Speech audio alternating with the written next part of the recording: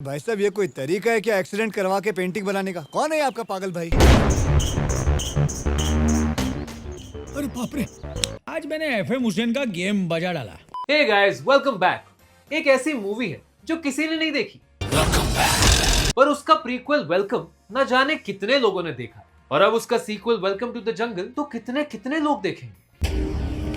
Good news ये है कि वेलकम बैक देखने के लिए आपको वेलकम देखने की जरूरत ही नहीं है, पर बैड न्यूज ये है कि आप वेलकम बैक देख रहे हैं। मैं क्लियर हूँ कि मैंने गलत किया। Here's a recap. मेरी एक टांग नकली है, मैं हॉकी का अरे वो नहीं। अगर आपको लगता है कि अनीस बज़मी ने भूल भुलैया 2 बनाकर प्रिया दर्शन की लेगेसी रूइन करी है, तो डोंट वरी, उसने प्रैक्टिस अपनी ही लेगेसी पे की थी। मेरी किस्मत ही खराब है। इस मूवी का नाम तो वेलकम बैक है, पर इन्होंने अपने मेन कैरेक्टर्स को ही वेलकम बैक नहीं किया, क्योंकि पूरी मूवी में अक्षय और कैटरीना तो है ही नहीं। भागो यहाँ से सिंदरा, भागो। अक्षय कुमार से हाउसफुल के सीक्वल साल में 8 बनवा लो, बट अनीस बज़मी के सीक्वल्स को वो बस नहीं बोलता। I'm sick and tired now. लेकिन इस फिल्म में सबसे बड़ा वेलकम बैक तो शाइनी आहूजा का हुआ है। Welcome back from jail.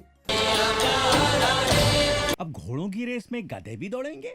और जेल से निकलते ही शाइनी आहूजा ने अपनी इमेज सुधारने के लिए एक बहुत ही अप्रोप्रिएट सेफ रोल चूज किया, एक ड्रग एडिक्ट साइको का रोल। मतलब इस फिल्म में वो हाफ नहीं, फुल क्रैक एडिक्ट है। ड्रग दो, ड्रग दो, ड्रग दो, ड्रग दो, ड्रग दो। शाइनी आहूजा का बाप फिल्म में एक आरडीएक्स भाई टाइप का कैरेक्टर, वांटेड भाई, प्लेड बाय नसीरुद्दीन शाह, और नसीर का ये कैरेक्टर फिल्म में अंधा है। शायद इसीलिए उन्होंने फिल्म साइन करने से पहले स्क्रिप्ट ही नहीं देखी। इन आंखों की सिवा दुनिया में रखा क्या है? क्या बक रहे हो माता? इनफैक्ट आधी मूवी तो मुझे लगा कि इसका नाम वॉल्टर भाई है।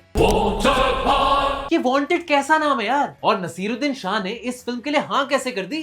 सी लिखा है क्या यहाँ? तो वांटेड का बेटा है शाइनी आहूजा, जिसको लगता है कि उसे अपने पैसे और स्टेटस की वजह से कोई भी लड़की मिल जाएगी फिल्म में। नहीं लूं तो क्या करूं? शाइनी को चाहिए रंजना, जो उदय के पहले बाप की दूसरी बेटी है, उसकी तीसरी बीवी से। यानी एक और बहन। और क्लियरली साउथ इंडियन बाप के डायलॉग किसी रेसिस्ट नॉर्थ इंडियन नहीं लिखे हैं। Kerala sir 100% literacy sir. तो शाइनी को चाहिए रंजना, और रंजना को चाहिए अजय, जो अपेरेंटली डॉक्टर घुंगरू का ही सौतेला बेटा है। अरे इस पिक्चर में कितने सौतेले बच्चे हैं यार? ये तो होता रहता है सबके साथ। और एक मिनट, इसका मतलब डॉक्टर घुंगरू की बीवी, जो कि पहली वेलकम में उसे शरीफ औरतों पे ज्ञान दे रही थी, उसकी एक नाजायज औलाद है। It's her choice. चलने बॉयकट हलकट।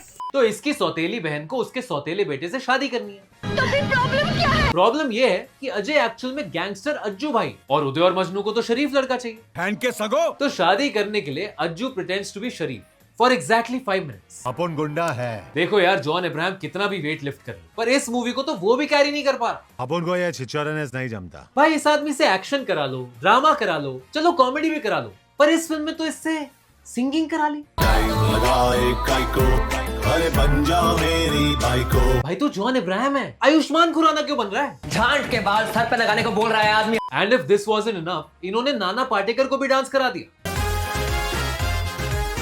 साला भगवान का दिया सब कुछ है, दौलत है, शोहरत है, लेकिन ऐसे डांस के बाद इज्जत ज्यादा नहीं बची।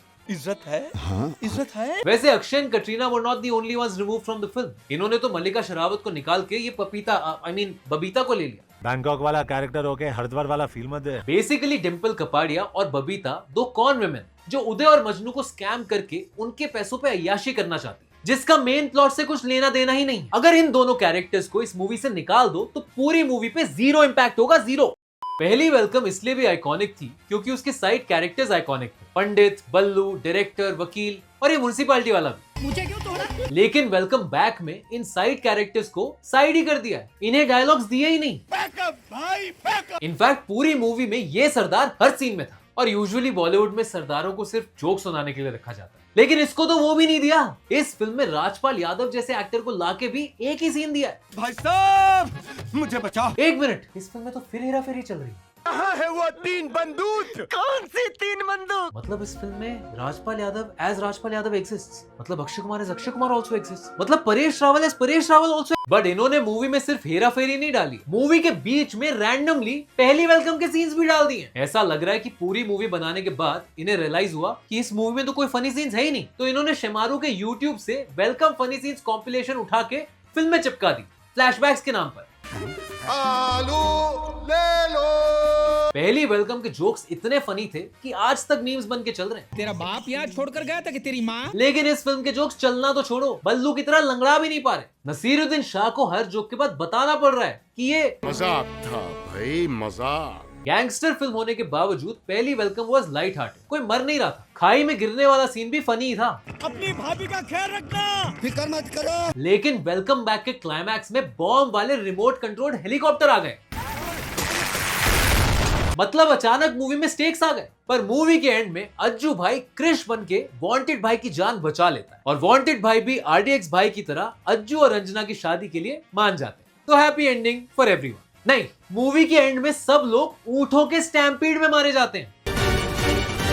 वैसे अच्छा ही हुआ अनीस बज मी को अपनी बदतमीजी रियलाइज हुई और उसने अपने सारे आइकॉनिक कैरेक्टर्स को बज ऑफ कर दिया। लगता है अनीस को फाइनली समझ आ गया कि वेलकम जैसी आइकॉनिक मूवी का सीक्वल बनाना मतलब उसकी लेगेसी को खराब करना। तो वेलकम टू द जंगल में उसने एक नहीं सारी आइकॉनिक फ्रेंचाइजेस रूइन करने का डिसाइड कर लिया है। बंद करो पाजी, क्या कर रहे हो यार? ये मूवी वेलकम 3, हेरा फेरी 3, मुन्ना भाई 3, बागी 6 और हाउसफुल 36 सबका क्रॉसओवर है। सह लेंगे थोड़ा सा। वेलकम बैक जैसी बैक चोदी के बाद कोई उसका सीक्वल क्यों ही बनाएगा? जा पूछ क्या। अब वेलकम टू द जंगल को एक ही चीज बचा सकती। मिरेकल।